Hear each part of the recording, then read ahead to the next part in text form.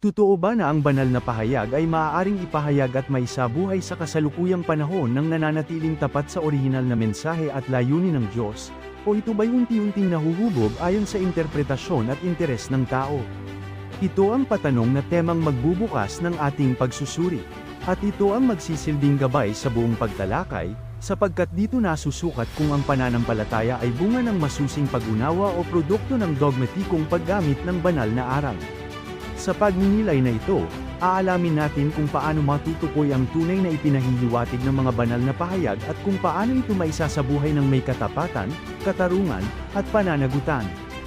Inaanyayahan ko ang mga manunood at tagapakinig na samahan ako sa masusing pagsisiyasat na ito, at kung ninanais ninyo ang ganitong uri ng pagsusuri at makabuluhang pagtalakay, hinihikayat ko kayong pindutin ang follow button at samahan akong magpatuloy sa paghahanap ng katotohanan. Abangan! Ang